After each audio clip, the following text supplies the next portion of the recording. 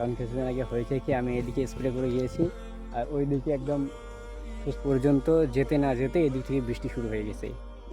এটা হলো আমাদের বরবটির জমি, যেটা আমি তোমাদের মাঝে এখনো পর্যন্ত শেয়ার করিনি। যাই হোক, আজকে আমি তোমাদের মাঝে শেয়ার করলাম। আসসালামু আলাইকুম ওয়া রাহমাতুল্লাহি ওয়া বারাকাতুহু। হ্যালো এভরিওয়ান, কি অবস্থা সবার এন্ড কেমন আছো তোমরা সবাই?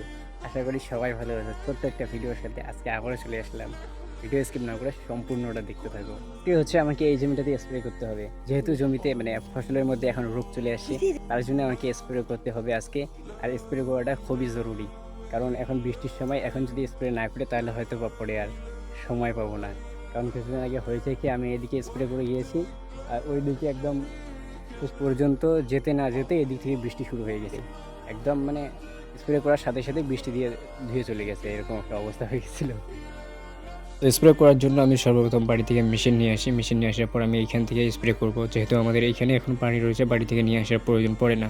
তারপরে স্প্রে করা শুরু করলাম। আমি মূলত এখানে স্প্রে করছি যে আমাদের যে জমি রয়েছে সেখানে যেহেতু পোকা চলে আসছে, তার জন্য আমি পোকার ওষুধ স্প্রে করেছিলাম। আর এদিকে কিন্তু আমাদের গাছের মধ্যে ফল চলে আসছে, যেটা তোমরা দেখতে পাচ্ছ। আর এই জায়গাটা যে রয়েছে, এখানে একটা ভুঁড়ো রয়েছে, যেটা আমরা এমনি পার হওয়ার জন্য, যাতে করে ভিজে না যায় সে কারণে। আর একটা জিনিস আমি যেটা তোমাদের মাঝে এখনো শেয়ার করিনি, সেটা হচ্ছে যে আমাদের এটা হলো আমাদের বটবটির জমি। এই জায়গাটাতে মূলত আমরা বটবটি গাড়ছি, গাছও উঠে গেছে প্রায়।